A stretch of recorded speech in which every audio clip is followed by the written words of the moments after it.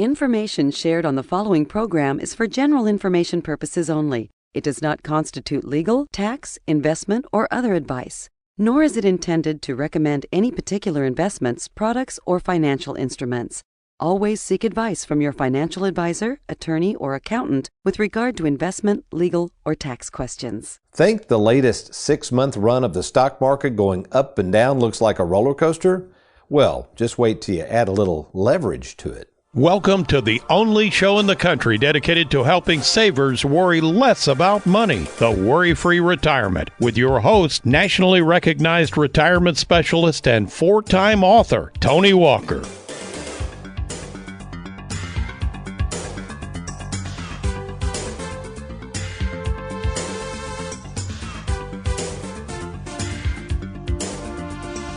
Leverage, the act of using a tool or instrument to make something heavy move, or to be lifted up in a manner that without the use of said tool or instrument being used would otherwise be difficult if not impossible to move without the assistance of a tool.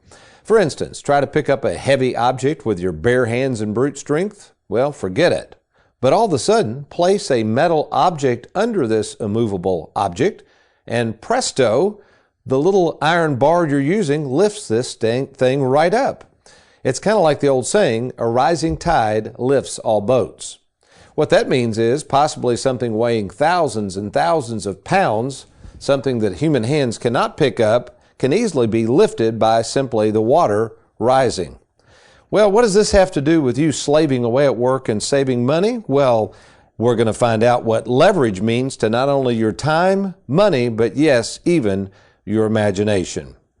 Well, welcome folks to the Worry-Free Retirement, and yes, I am that little man in the sweater vest, financial leverage specialist and fiduciary, Tony Walker. And before we get started teaching you how to leverage your money for the future, let me introduce to you right here in the studios in Louisville, Kentucky on this cool and reasonably cool, I guess, December 29th, 2021, America's favorite financial sidekick, Mr. Aaron Orander. Good morning, Aaron. Hey, good morning, sir. How are you? I'm doing well, and we are into our second show dealing with leverage. Last week we covered the topic of time, leveraging time. And before we get too far into the show, Aaron, why don't you tell the good folks listening to the radio show how they can listen to past episodes? Oh, I'd be happy to. Folks, all you got to do is go to SoundCloud.com. You want to listen to past radio shows? Just go to SoundCloud.com. And right there in the top search bar, just type in the Worry-Free Retirement, and bam, you're going to see our awesome bobblehead. Just click on that, and you're going to find all of our past radio shows.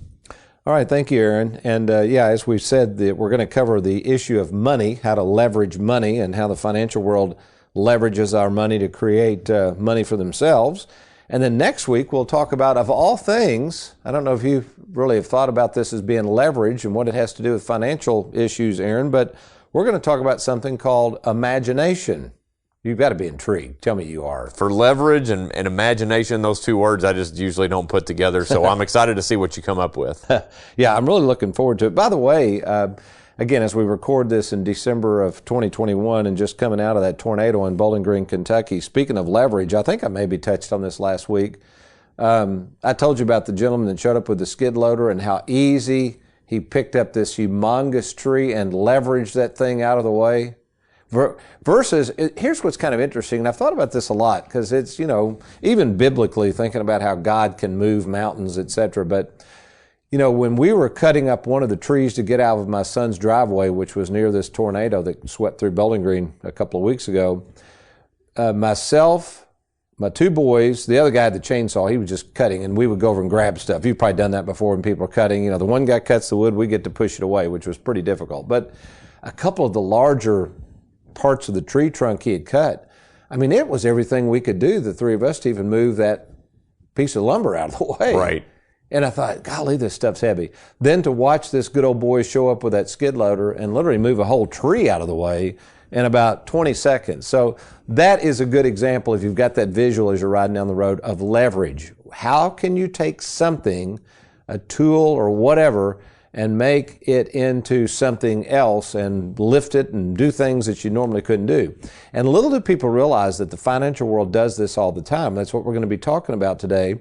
And I'm not going to leave you hanging. I'm going to share with you an idea I came up with. This was a while back, and we've been using it regularly inside of our split IRA for our clients who are trying to leverage their money so that they can, number one, use and enjoy it without the fear of running out of money. And number two, and most importantly, we'll find out later in the show, how in the world can we leverage money today, pay less taxes on it, have less risk with it, and also give more tax-free proceeds to our kids now versus trying to leave them with a tax tumor later on. So when we come back, we're going to cover leverage item number 2, which is leveraging your money. And we're going to start off, first of all, what's going on with these darn low interest rates, how the government is leveraging that to their favor, and why you as the saver, why you've been hurting so badly with these low interest rates and what you can do to earn more money on your money. I'm Tony Walker. You're listening to The Worry-Free Retirement. I'll be right back.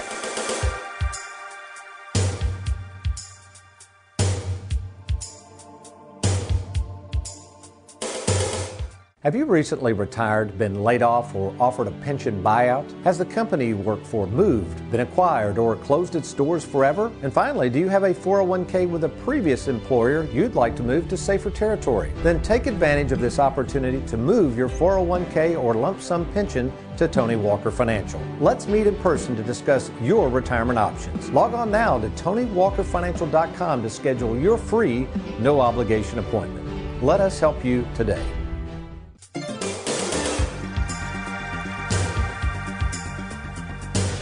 Welcome back to the Worry-Free Retirement. In case you're just now joining us, we are talking about this concept of leveraging things to make them more than they first appear. Last week we talked about leveraging time. Today we're going to be talking about leveraging money. And then next week, you'll definitely want to listen next week as we talk about leveraging your imagination. Mary Beth Combs is not here today, but she's been assisting us with some production. We've got a great audio we're going to play next week when we talk about imagination with a young man who decided to leave full-time work. I think you've met this. You saw the story she worked on, didn't you, Aaron? I've seen it, and I've met these people before. Oh, that's right. Okay. Yes. Yeah, so won't give away too much, but basically several years ago decided to use his imagination and go into ministry, and wondering how in the world he was going to be able to make it, and he's done just fine, by the way. But it's just really an interesting story. So that'll be on next week as well, as we talk about leveraging your imagination to a worry-free retirement. But let's talk about money.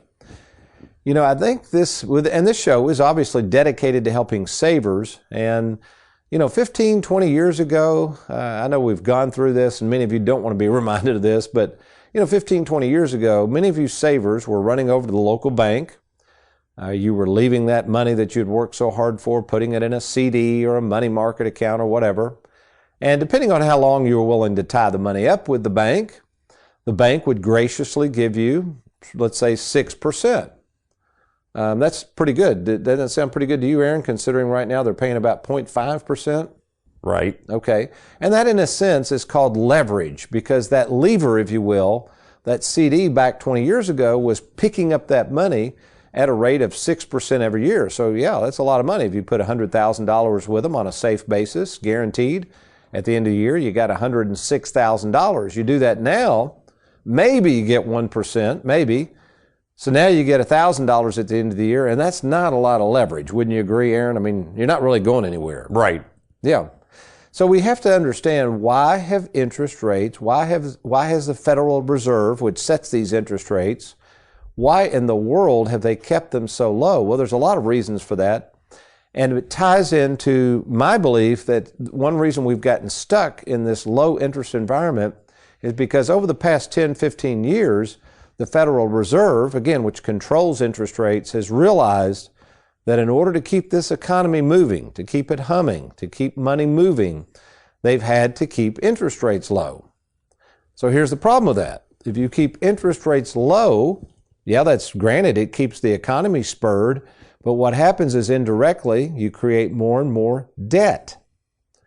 And debt has always been with us. I know last week we talked about this here, and it's not like we've never had debt. I mean, a lot of people say, well, debt's out of control. Well, it's out of control, but we've always had debt. In fact, Aaron, I know we were researching this, you and myself and Derek Hudson, who's working on the graphics today for our TV show, but we were talking about way back at 1945 or 1946, the GDP, which is the gross domestic product, that's what economists and the government use against debt, was well below, as far as a percentage, what was coming in versus the debt. And that was because of the end of World War II. The government had to borrow money, right? They had to spend money on the war effort. So you had all these people over there fighting a war. The economy really was only for the World War II. They're building planes and ships, but basically there really is no economy here. All these men are all fighting.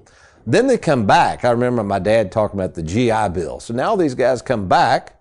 Many of them were paid to go to school, so they weren't working just yet. So the point was, the debt, the amount of debt that had been, that was rising in this country was far more than what was coming in the way of tax revenues. That makes sense? Okay. So the ratio was out of kilter. Did you have something to say about that World War II? You were I thought you were going to say something. No. You're following that, though. I was going to crack a joke and go, yeah, I remember when that war happened. No, obviously I don't, folks. Not that old. So fast forward, since that time, other than a little bit close to 100%, basically, the debt ratio, okay, the amount of debt versus the GDP, that's the expenses versus income, has always really been kept in check pretty good. In other words, we've never had more debt than we could service. We had enough income coming in to pay our debts in its simplest form. Does that make sense? Okay. Well, let's put it this way. So the last 2 years, I've got my little cheat sheet here. I printed this off. This came from thebalance.com. It deals with the national debt. So you can Google this kind of stuff, folks. This is nothing I had to research for hours. This is all pretty public information. So if we go back to, let me get it out here. In 1945, 46, let me find that page, Aaron. Yeah, so the GDP ratio, 1945 was 114%. Okay, that means there was too much expenses compared to income. It went up to 119% in 46, then began to fall. In fact, it fell way low back in the 70s. Even though the 70s had high inflation, that's kind of interesting. The GDP ratio was only 32%. So wow, that's pretty darn good. And then it kind of climbed and climbed, very gradually though. Actually, this is fairly interesting. And now we've gotten into 2008. That's when we had to bail out the banks. Since really 2008, I've noticed, and there's a trend, it's gone up 82, 90, 2011, 95. If we fast forward to 2020, get over to that page, that was when COVID hit, the GDP ratio went up to its highest ever, 129%. Gosh. So that means for every dollar we're spending, there's actually more debt above that, way above that, than we can cover. And this past year, it's dropped a little bit. It's still at 122%. So all these fancy numbers, what this means, folks, it would be, let's put it this way. If you were running a household and you had $1 of expenses and you only had 88 cents or 80 cents coming in to cover those expenses, you're going to have to keep borrowing money to pay the expenses. See what I'm saying? It's a vicious cycle. So that's the problem. So the government, for you savers out there, if you're wondering when the interest rates are going to go up, yeah, they may go up slightly. I think they'll have to. But they're in a quandary because if we've got almost $30 trillion in debt, these treasuries, these treasury bonds, treasury bills, I know I'm getting very complicated here, folks, but you have to understand this. Then that means the government's going to have to raise even more taxes to pay the interest because the interest rates demanded by their investors are going to start going up. So it gets pretty dicey here. So with all that said, what can you do as a saver? What can you do to fight these inflationary times, to fight these interest rates? What can you do to leverage your money? Well, we've come up with 3 things. I got a lot of notes here. We're still working on the show for the TV show. Derek's over there working. By the way, while I'm finding my notes here, Aaron, why don't you tell folks how they can watch our TV show, The Worry-Free Retirement, on YouTube as well. Let me find my notes here, Aaron, as you cover that real quick. Sure, no problem. Folks, if you want to watch past episodes, all you got to do is go to youtube.com. That's youtube.com. And right there in the search bar, just type in Tony Walker Financial, click search, and there you go. You'll see Tony's smiling face. You're going to find in our Tony Walker Financial YouTube page, you're going to find all types of video content, not just past episodes. You're going to find 2-minute clips that'll help you out. You're gonna see clips of Tony's favorite nephew Wes and his favorite son-in-law Trey. You're gonna find all kinds of stuff, all types of video content. Again, that's youtube.com, and just type in Tony Walker Financial in the search bar. Thank you, Aaron. Yeah, here's what I was trying to find. So here's the thing. So there's an old saying, the rising tide lifts all boats. And, as long as that tide's rising, boats are rising. But if interest rates rise, folks, here's my concern. These boats are going to start sinking. So these lower interest rates, in my opinion, have propped up the stock market. So this quandary, this issue of interest rates possibly going up, could affect the stock market, which is okay if you're 35, 40, 45 years of age. But if you're the average person that works with Tony Walker Financial, if you're retiring soon, you've got to be really careful, especially if you've had a lot of money in the stock market and riding the leverage that the Fed has provided, in my opinion, the stock market with these low interest rates. So what can you do? What can you do to take control of your finances? How can you leverage your money more appropriately? And I'm going to give you 3 things right now. Here's number 1. Things you can do to leverage your money now is these low tax rates. Leverage your money based on these low tax rates. So folks, I've been in this business since 1984. All I can tell you is this: for the average saver, if you're making roughly, if you're married, assuming you're married, okay, and make around $104,000 total, that includes, if we deduct out your standard deduction, brings it down to whatever it is, 80, you are in some of the lowest tax brackets I've ever seen. In other words, you're going to pay about 12% in federal taxes. That is crazy, crazy low, crazy good. But the problem is, many of you are sitting there with these tax-infested 401ks, IRAs, 403bs, and you're not taking advantage and leveraging these low tax rates. So what do we mean by that? Well, there's all kinds of things you can do. You could maybe decide to do a Roth conversion, where you take some of that tax-infested IRA, convert it to a Roth, pay the tax now so you don't pay it later, and then all that money grows tax-free. You could take some of that money out and just spend it right now. I mean, now's the time for some of you, depending on your age, to spend some of this money before it's too late. And if you draw that money out and spend it, depending on your tax rates again, it could be some of the lowest taxes you'll ever pay on that money. And then another way you can just deal with these low tax rates, even if you don't need the money, and I'll be describing this as we close out the show in a minute, even if you don't need the money, is pull the money out, pay the taxes now. Again, it sounds crazy, I know, but we want to take advantage of these low rates and leverage these low rates. And then, and again, this depends on your financial situation, give that money tax-free, so you've already paid taxes on it, tax-free to your kids and grandkids so they can enjoy it tax-free. So you might say, well, Tony, why would I want to do that? Well, let's use an example. I'll role play with you, Aaron, because you're younger than me. Let's say your parents have a little bit of money, and they could elect to pay taxes at a rate of 12%. So let's say they had $100,000. We're just pontificating here. And for whatever reason, they don't want to pay the tax now, and it's at 12% if they paid it, but they defer it. They just keep letting the money grow, and eventually you inherit it. Let's say they die in 20 years, all right? And now it's worth $300,000. But now the tax rates have changed. The government needs more money. And when you inherit the money, you're in a 30% bracket. Could that happen? Sure. Sure, it could happen. Probably going to happen. They can put it up to whatever they want. That's right. They could say it's 80%. 80%, whatever. Yeah, one time it was above 80%. So the point is, folks, sometimes you have to be more proactive about these taxes and take advantage of it now, because the government showed their hand with the CARES Act when they limited the amount of time Aaron, if he does inherit that much of a tax tumor, can spread out the tax. Used to be Aaron could spread that tax over his lifetime, no more. Aaron, I don't know if you know this, if you inherit that kind of money, you will have to pay those taxes within 10 years. And if your tax rate's 60% or whatever it is, doesn't matter. They're going to take that much money. The second thing you can do to leverage your money is something called working capital turns. Now, this is a little different. Banks do this all the time, and corporations do this all the time. And in fact, I've got a book here. You've heard me talk about this book before. We're going to feature it a little more on the TV show, The Millionaire Next Door. I started reading it a couple of years ago. I put it down because I got busy with other things, but I started reading it a couple of years ago. You know what the premise of this is? Yeah, it's, the guy living next door to you in a $250,000 house, he very well could be a millionaire. He could have a gross income of $1 million or more dollars. That's right, and be worth that. We've got a few clients. I mean, we've got over 2,500 clients, but I guarantee you, if you met some of these clients, they are the most frugal, non-assuming people you'll ever meet, and we've got some people worth a lot of money that fit this whole category of the millionaire next door. You'd never know it. Right. So the millionaire next door, one of the lessons they preach in there, and this is something we've done for years, and it's a very good lesson for macroeconomics, it's called working capital turns, and what they're saying is don't pay taxes on the same dollar more than once. And again, I'll give you an example of this in a minute. Well, here's one quick example. Let's take a bond or a bank CD, especially when bank CDs were paying a lot.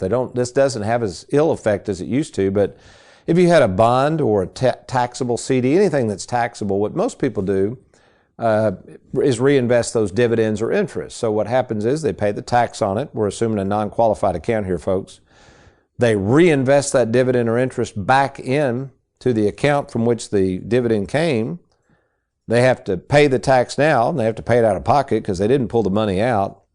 Then next year, because the account's worth more, the dividend's higher, the interest is higher, and the taxes go up. So it's this vicious cycle of continually paying taxes on the same dollar over and over again, which is not a good practice. So that would be one way. Now, finally, the third way that you can leverage your money right now, and listen closely, especially this is for those of you out there who are retired, or again, probably in the next, let's say 5 years are planning on retirement. You better be really careful not to leverage it in the stock market by taking too much risk. And I'm afraid what's happened is we've gotten complacent here because of these low interest rate environments, because a lot of people don't have anywhere else to put their money. They're kind of gravitating back to the stock market. It's continually keeping prices up. And at some point, we don't know when this is, I'm not about to predict it, but at some point, the market will go through a correction. It always does. In fact, you've heard me say this here, and I call it the 7-year itch. And every 7 years, and that would be 2022 if my little whimsical prophecy is correct, every 7 years it goes down pretty significant. So if you're that person out there that's retired, you may be retiring in the next few years, my suggestion, if you want to leverage your money and leverage your money to a point where you can use and enjoy it, you better seriously think about taking less risk. Okay, we're going to take a quick break. When I come back, I'm going to share with you an example of how our split IRA concept, okay, how can you leverage this unique concept that we use with savers every day to not only make sure you don't run out of money, to minimize your risk, to get a working capital turn, and to make sure that more money goes to your kids tax-free now versus laying a big tax tumor on them later. You're listening to The Worry-Free Retirement. I'm Tony Walker. I'll be right back.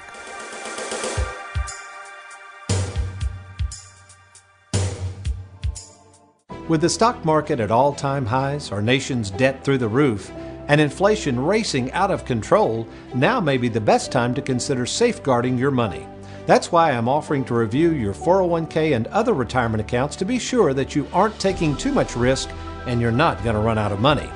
To set up your free meeting with me, simply log on to TonyWalkerFinancial.com and let's get started.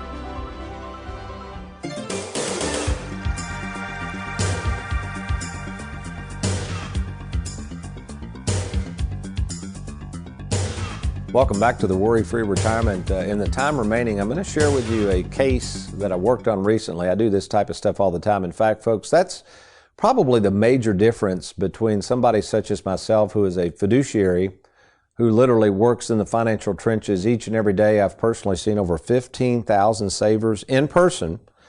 I've personally worked on or orchestrated over 5,000 written game plans. I've got to toot my horn here a little bit, folks, because there's a lot of people out there doling out advice now who really don't have a lot of experience in this whole retirement planning field, and we do. We have offices in Bowling Green and Louisville and Lexington. I have a staff of currently 15 people now that we are here to work with you. We've got 3 other trained fiduciaries that work on a salary basis. They do not collect commissions. They're there to service our clients, and of course the owner of the company, myself, Tony Walker.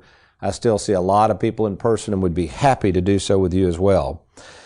But one of the things I want to talk about is this whole notion of how do we take this split IRA concept. The split IRA concept is something I've learned over the years. And what we do is, and we can do anything with this. You could take your 401k and roll that over to us to put in this concept.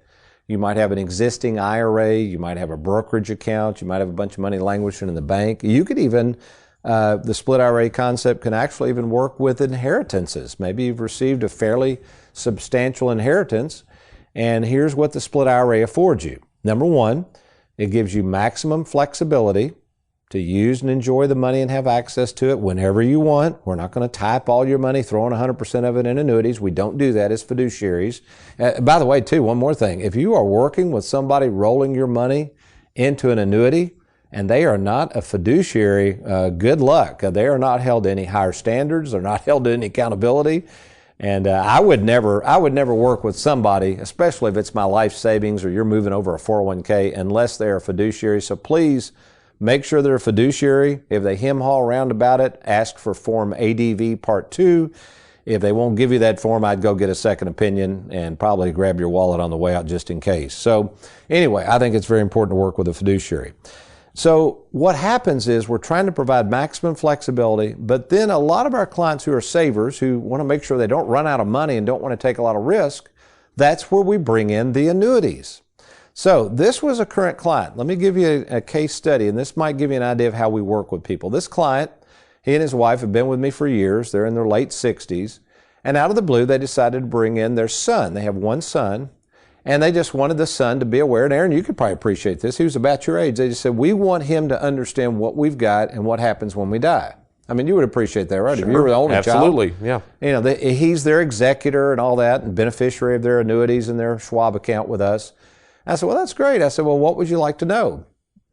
And they said, well, we got these annuities. We really don't know what to do with them that you've sold to us years ago, Tony. And I said, well, okay, they have an income rider. That's where your mailbox money's coming through. And they said, well, for instance, if we took our mailbox money now, how much would that give us for the rest of our life? And we'd done some calculations, and I'll just say roughly, after taxes, about $1,000 a month. I said, do you need the money? They said, no, we got plenty of income. And I was looking at the son, and I said, well, have you ever thought about giving any money to him? They said, well, yeah, actually we have. And I looked at him and I said, what would you do with it if they gave you $1,000 a month? Because they don't need it. And he said, I don't need it either. See, I found out this boy is making really good income. In fact, he makes more income than they do. He's in a higher tax bracket. So I said, well, wait a minute. So these people had some other money. So I said, when you die, my concern is now this money is going to go to your son. Remember our example we gave earlier. He's going to have to pay taxes on all this money, this IRA and all this stuff you've got that hasn't been taxed. And we don't know at what rate. And you could see almost the concern. They're like, I hadn't thought about that. So I said, what if we could leave your son a lot of this money instead of a tax tumor completely tax-free? What do you think they said to that? Sure. Absolutely. How we do that? So what we did, we leveraged through working capital turns. We talked about that earlier. We leveraged the annuity, and what we're going to do, Aaron, we're going to start that annuity, that mailbox money now.